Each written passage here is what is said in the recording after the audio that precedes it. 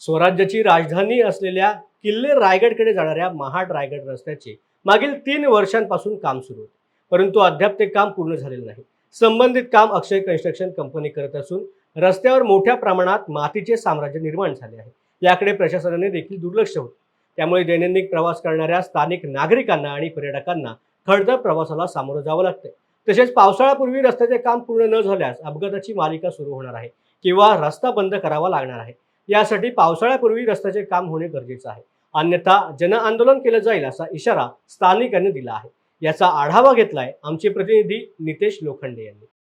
छत्रपती शिवाजी महाराजांच्या किल्ले रायगडावरती नेहमीच पर्यटकांची ही वर्दळ सुरूच असते। मात्र नातेखिंडे ते किल्ले रायगडावरती अक्षय कन्स्ट्रक्शन कंपनीच्या माध्यमातून रस्त्याचं काम करण्यात आलेलं आहे। मात्र या रस्त्याचं जे काम आहे हे काम अक्षरशः अर्धवट अवस्थेत आहे। काही ठिकाणी रस्त्यावरती खड्डे पडले तर काही ठिकाणी मातीचे ढिगारे, यामुळे नागरिकांना आता धुळीच्या साम्राज्याला सामोरं जावं लागतंय। आता पावसाळ्याला सुरुवात होणार आहे, या पावसाळ्यात देखील अक्षरशः जर रस्ता पूर्ण नाही झाला तर मोठ्या प्रमाणात या ठिकाणी अपघात देखील होऊ शकतात।